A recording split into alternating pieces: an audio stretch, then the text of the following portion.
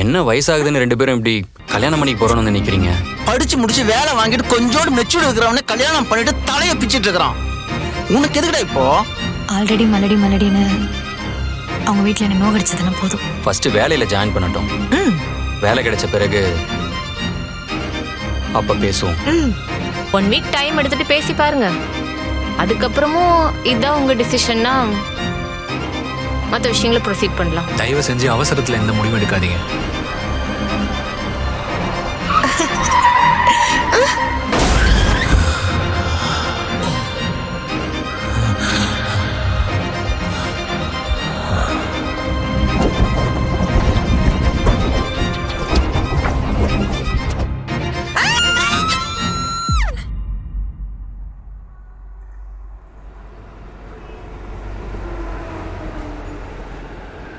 அண்ணா டேய்,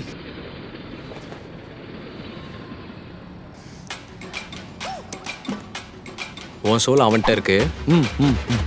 உன் சோல் இவன்கிட்ட இருக்கு. என்னை பார்த்தா உங்களுக்குலாம் என்ன லூசு குமாரி தெரியுதா? நீங்க தப்பா சொல்றீங்க. கரெக்ட். இந்த பாப்பா தான் கரெக்டாக பேசுது. எங்க சொல்லும் தான் மாறி இருக்கு. இப்போ டபுள் ஆக்ஷன் ஒன்று தான் குறைச்சல்ல.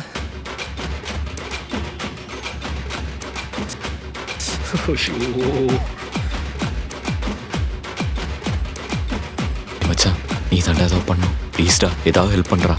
கையரா, நீ யாருனே தெரியல. வந்ததுலேருந்து என்ன மச்சான் மச்சான்னு கூப்பிட்டு இருக்க. இந்த தாயலி வந்ததுலேருந்து அண்ணா அண்ணான்னு கூப்பிட்டு இருக்கா. நான் ஏன்டா உங்களுக்கு ஹெல்ப் பண்ணோம்? நான் ராகவிடா. சும்மாடா டே. ராகவே, உன்னால தான் எல்லாமே. மச்சான் நம்புடா. நம்ப முடியாதுடா. நீ சொல்லு மச்சான், ஏதாச்சும் ஒரு விஷயம் நம்ம 2 பேருக்கு மட்டுமே தெரிஞ்ச ஒரு விஷயம் உன்னை சொல்லு மச்சான். நான் நம்புறேன். கல்யாணத்தப்ப மணமேடை ஏற பயமா இருக்குன்னு சொன்னதுக்கு ஒரு கட்டிங்கை போட்டு போனா பயம் போயிடும்னு சொல்லிட்டு எனக்கு ஐடியாவும் கொடுத்து சரக்கும் ஊற்றி கொடுத்து மணமேடைக்கு அமுச்சு விட்டதே நீ தானடா. குடிச்சிட்டு போனனால தாண்டா ஃபர்ஸ்ட் நைட்லேயே படுத்து தூங்கினேன். சாரி மச்சான். அண்ணா ஐயோ டே, எப்பா என்னால முடியலடா. எப்பா சாமி, 2 நிமிஷம் பேசினதுக்கே. ராகவ் யாரு? ஆமா, உன் பேர் என்னடா? அர்ஜுன். டே ப்ளீஸ்டா, ஏதாவது யோசிடா. நம்ம செட்டிலே நீ தாண்டா தெளிவான ஆளு. அவர் பேசுறதெல்லாம் பார்த்தா பிரச்சனையை சால்வ் பண்ற மாதிரி தெரியல. ஆமா, இருக்கிற பிரச்சனை இன்னும் கன்ஃபியூஸ் பண்ணி விடுற மாதிரி தான் இருக்கு. எனக்கும் அப்படிதான் தோணுது. யாரு? நானா? டேய், நானா இருக்கவும் நீங்க பேசுறதுல இவ்வளவு நேரம் கேட்டுட்டு இருக்கேன். இதே கீழே உங்க பெத்தவங்க இருக்காங்களே, அவங்க கிட்ட இந்த விஷயத்த சொல்லிப்பாரு. அப்புறம் ப்ளூ யூனிஃபார்ம் கிடையாதுடி, நேரா கிரீன் யூனிஃபார்ம் தான். ஸ்ட்ரைட்டா மென்டல் ஹாஸ்பிட்டல் அனுப்பிச்சிருவாங்க. டேய் ஜோசப், உன்னை விட்டா எங்களுக்கு யார் இருக்கா? நீ தான் இதை ஹெல்ப் பண்ணணும். ஆமாடா, நீ தாண்டா அதை பண்ணும். அண்ணா ப்ளீஸ். சரி, ஏதாவது பண்றேன். டேய், இந்த சோல் மேட்டரை என்கிட்ட சொல்லி கன்ஃபியூஸ் பண்ண மாதிரி வெளிலலாம் யார்கிட்டையும் போய் சொல்லிட்டு இருக்காத, புரியுதா? முதல்ல இங்கேருந்து டிஸ்சார்ஜ் ஆகிற வழியை பார்ப்போம். அதுக்கப்புறம் இதெல்லாம் ஏன் நடந்தது, எதுக்கு நடந்ததுன்னு யோசிக்கலாம். ஓகேவா? இல்லை, இப்போ உனக்கு சாமி மேலே நம்பிக்கை இருக்கா? ஒரு சாமியார்கிட்ட போய் கேட்போம். இல்லை, எனக்கு சயின்ஸ் மேலே தான் நம்பிக்கை இருக்குன்னா அதுக்கான ப்ரூஃபை தேடலாம். எப்படியோ இந்த பிரச்சனையிலேருந்து நம்ம வெளில வந்தால் போதும். உங்களுக்குள்ள ஒருத்தருக்குள்ள ஒருத்தர் கனெக்டடாக இருங்க. உங்களுக்குள்ள மாற்றி ஹெல்ப் பண்ணிக்கோங்க. முக்கியமாக உங்களோட க்ளோஸ் சர்க்கிள்ஸ்லேருந்து கொஞ்சம் விலகியே இருங்க. இந்த பிரச்சனை எல்லாம் முடிகிற வரைக்கும் நம்ம எல்லாருமே கொஞ்சம் ஒன்றா ஸ்டே பண்ண முடியுதான்னு பார்ப்போம். கடைசியாக சொல்கிறேன், இந்த விஷயம் நம்ம 5 பேர் தவிர வேற யாருக்குமே தெரியக்கூடாது. புரிஞ்சுதா? முக்கியமாக நம்ம ஃபேமிலிஸ்க்கு தெரியவே கூடாது.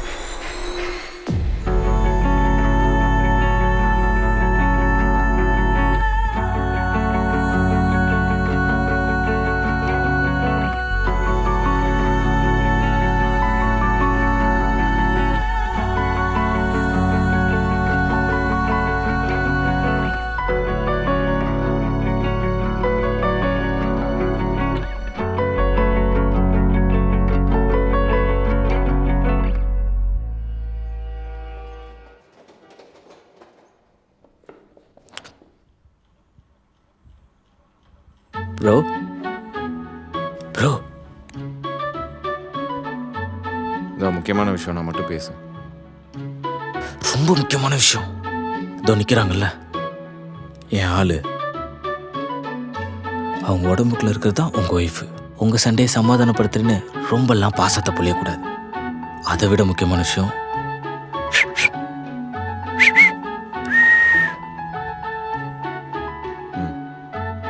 இதெல்லாம் நான் உன்கிட்ட சொல்லணும். ஓகே, அப்படியே மெயின்டைன் பண்ணிப்போம்.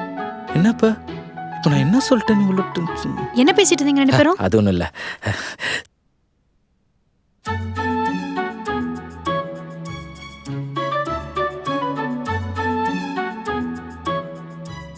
ஏ ஆ சீரியஸாவே தேடுறியாடா? ஏ சி நான் தேடுற புக்கெல்லாம் இங்கே இருக்கவே இருக்காது.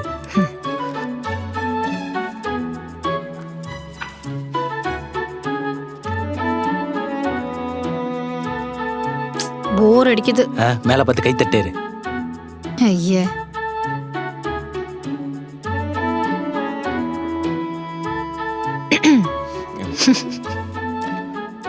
உங்க லவ் ஸ்டோரி கொஞ்சம் சொல்லுங்களேன். ஆக்சுவலாக அதை நீ என்கிட்ட தான் கேட்கணும். சொல்லுங்க சொல்லுங்க சொல்லுங்க. நினைச்சேன் அப்பவே நீங்க தான் கொரியர் சர்வீஸ் பண்ணிருப்பீங்கன்னு. சொல்லுங்க. ஆக்சுவலாக நானும் ராகவ் நாங்கள் 2 பேருமே ஸ்கூல்லேருந்தே ஃப்ரெண்ட்ஸ். ம் அப்புறம் ஒரே காலேஜ். அங்கே தான் மீரா எங்கள் கூட வந்து சேர்ந்தா. சரி. காலேஜில் நான் ராகவ் மீரா Stop, நாங்கள் stop. ம் சொல்லுங்க. காலேஜில் நான் ராகவ் மீரா 3 பேருமே எப்பவுமே ஒன்றா தான் சுற்றிட்டு இருப்போம். பயங்கர க்ளோஸ். அப்புறம் காலேஜ் முடிஞ்சு ரொம்ப நாள் கழிச்சு இந்த விஷயம் அவங்க வீட்டில் தெரிஞ்சு 2 பேர் வீட்லேயும் பேசி பார்த்தோம்.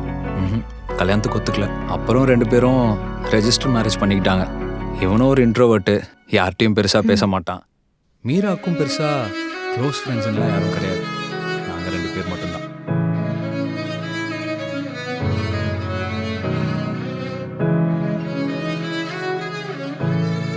லவ் பண்ணுற வரைக்கும் 2 பேரும் நல்லா தான் லவ் பண்ணிருந்தாங்க. கல்யாணத்துக்கு அப்புறமா தான். சரி, ஓகே. உங்கள் 2 பேரோட காதல் காவியத்தை பற்றி அது அந்த அளவுக்கு பெருசாக ஒன்றும் இல்லைண்ணா. பார்த்தோம், பிடிச்சிருந்தது, பேசணும், லவ் பண்ணோம், அவ்வளோதான். பெரிய லவ் ஸ்டோரி தான் போலே. தேவையில்லாத பத்தி பேசாத உங்ககிட்ட எத்தனை வாட்டி சொல்லியிருக்கேன். இந்த புக்கில் இருக்க சில விஷயம் நம்ம லைஃப்ல நடக்கிற சில விஷயத்தோட ஒத்து போகுது. அப்போ அதில் சொல்யூஷன் என்னென்னு போட்டிருக்கா? படிச்ச வரைக்கும் எதுவும் இல்லை. ஆனால் இதோட ஆத்தர் சென்னையில் இருக்க ஒரு சாமியார்னு போட்டிருக்கு. சாமியாரா? யாரா? சயின்ஸை நம்பி வந்துட்டு இப்போ சாமியார்கிட்ட போக போகிறோமா? இல்லடா, எனக்கு என்னமோ திஸ் இஸ் பியாண்ட் சயின்ஸ்னு தோணுது. இவ சொல்கிறது கரெக்டுன்னு தான் படுது. இதை பற்றி ஒருத்தர் எழுதியிருக்காருனா அவர்கிட்டையும் போய் கேட்டு தான் பார்ப்போமே. ஆ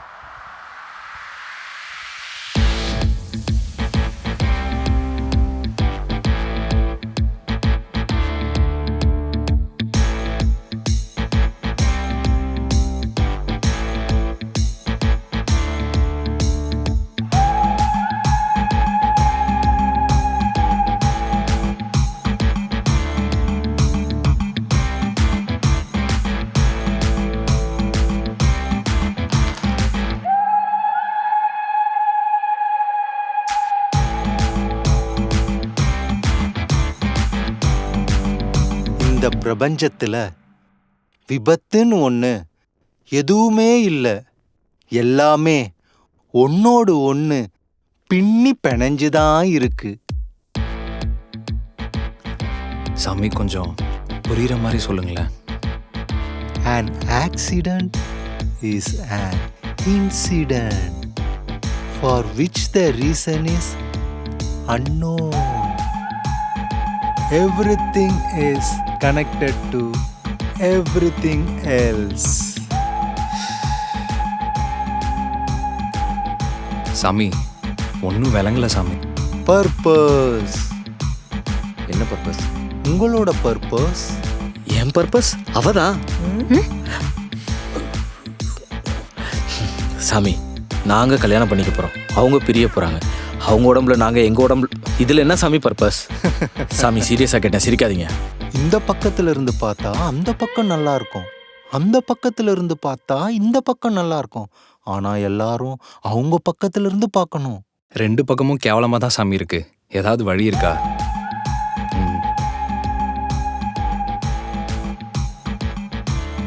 என்னென்ன பண்ணுறது?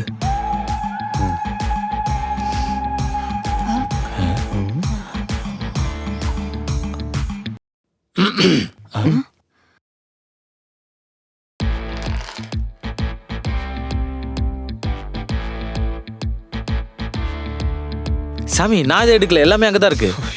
டேய், கொஞ்ச நேரம் சும்மா இருடா. ஆனால் நான் எடுக்க சொல்லுங்க சாமி. இந்த உலகத்துல எல்லாருடைய வாழ்க்கையும் யாரோ ஒருத்தருடைய வாழ்க்கையோட இணைஞ்சுதான் இருக்கு.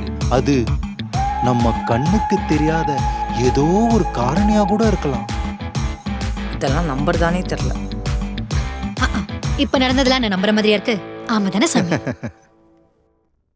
இங்க நடக்கிற எல்லா செயலுக்கும் ஒரு காரணம் இருக்கு. அந்த காரணத்தை கண்டுபிடிச்சு சரி செஞ்சா மட்டும்தான் இங்க எல்லாமே சமநிலை பெறும்.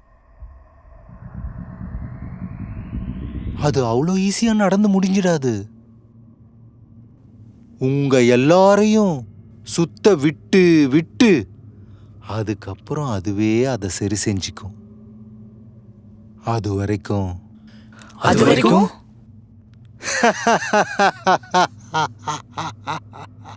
everything is connected to everything else.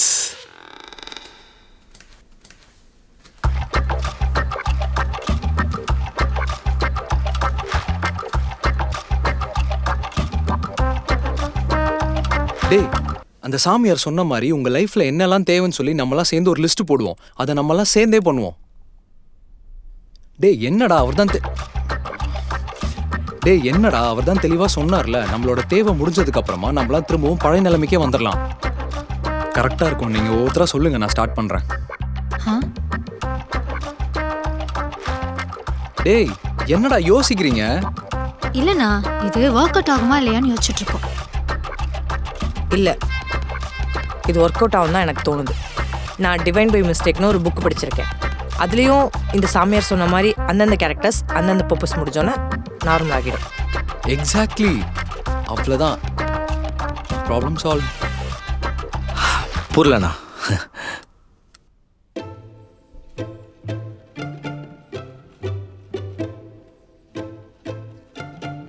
என்ன எளவுடா இது? லைஃப்ல தேவையானது எழுத சொன்னா கண்ட கருமந்திரத்தெல்லாம் எழுதி வச்சிருக்கீங்க. இதுல எது இம்பார்ட்டன்ட் பார்த்து நீங்களே ஃபில்டர் பண்ணுங்க. ஓகேண்ணா.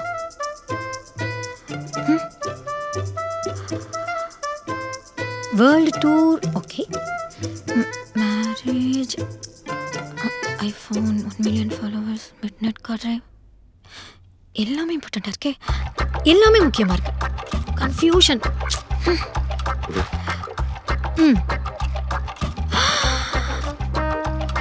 ஏன்னா உட்காரமா அண்ணா, எனக்கு உங்க ஃபீலிங்ஸ் புரியுதுண்ணா.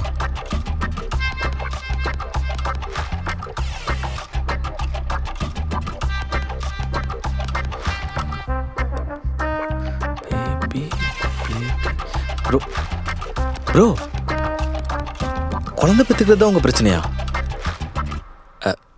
இல்லை, குழந்தை பெற்றுக்கிறது தான் உங்க பிரச்சனைனா ஏதாவது ஒரு குழந்தைய நீங்கள் அடாப்ட் பண்ணிக்கலாமே. இந்த அடாப்ஷன்லாம் லவ் பண்ணிட்டு இருக்கிறப்ப பேசுறதுக்கு வேணா நல்லா இருக்கும். ஆனால் கல்யாணம் ஆகி ஒரு ஃபேமிலி ஆனதுக்கு அப்புறம் தான் இந்த குழந்தையோட ப்ரெஷர் என்னன்னு உங்களுக்குலாம் புரிய ஆரம்பிக்கும்.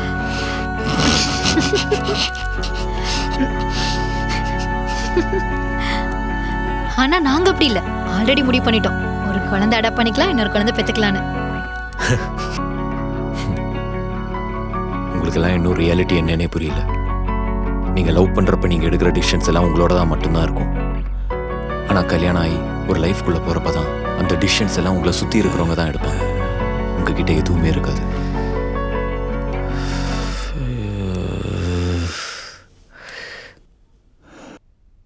அண்ணா, குழந்தை பெற்றுக்கிறதுக்குலாம் என்கிட்ட ஹெல்ப் கேட்கக்கூடாது. உங்ககிட்ட நான் அதை பத்தி எதுவும் கேட்கவே இல்லையே. Thanks, thank God.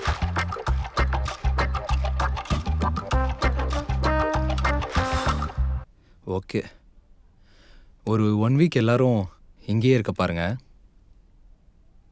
ஓகே, 1 வீக்னா உங்கள் வீட்டில் எப்படி ஒத்துக்க வைக்கிறது? ஃப்ரெண்ட்ஸோட ஒரு 1 வீக் ட்ரிப்பு போறேன்னு போய் சொல்லிட்டு இங்கே வந்துருங்க. உங்க வீட்டில் எனக்கு அது அப்பா கால் பண்ண மாட்டாருண்ணா. நான் வீட்டுக்கு வரலன்னா ஃப்ரெண்ட்ஸோட சுற்றிட்டு இருக்கேன்னு அவரே நினச்சிப்பாரு. அம்மா மட்டும் தான் கால் பண்ணுவாங்க. சாப்பிட்டேன்னு சொல்லுங்க, அவங்களே வச்சிருவாங்க. எல்லாம் சரிதான் மச்சான். ஆனால் ஒரு வாரம் ஆகியும் இந்த பிரச்சனை சரியாகலன்னா என்ன பண்ணுறது? முடியா சரா முடிஞ்ச அளவுக்கு எல்லாரும் ஒன்றாவே இருங்க. புதுசாக எந்த கமிட்மெண்ட்ஸும் வச்சுக்காதீங்க. டேய், தனியாக போய் எங்கேயாவது மாட்டிட்டு அப்புறம் எனக்கு கால் பண்ணேன்னு வச்சுக்கோயேன், சா வச்சிருவேன். அதெல்லாம் வராது ப்ரோ, வந்தா பார்த்துக்கலாம்.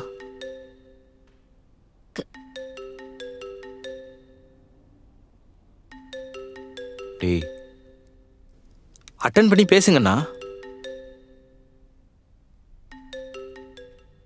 ஹலோ.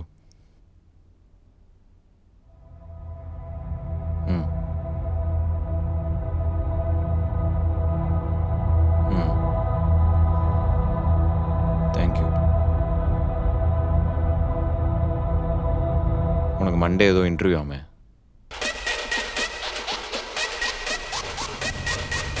வேலை கிடைச்சா பொண்ணு தரேன். வேலை கிடைச்சா புரியுதா?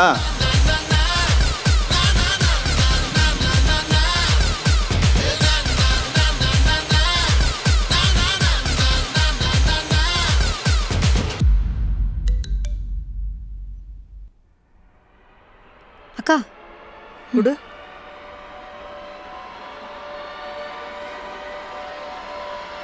நாளைக்கு ப்ராஜெக்ட் சப்மிஷன் இருக்கான். ப்ராஜெக்ட் சப்மிட் பண்ணுமா? அதாவது நீ பண்ணணும். சுத்தம்.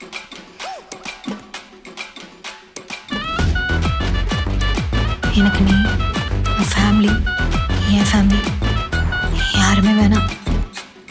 எனக்கு என் ப்ராஜெக்ட் ஓகேயான போதும். நான் யூஎஸ் போயிடுறேன். என்னை விட்டுருங்க.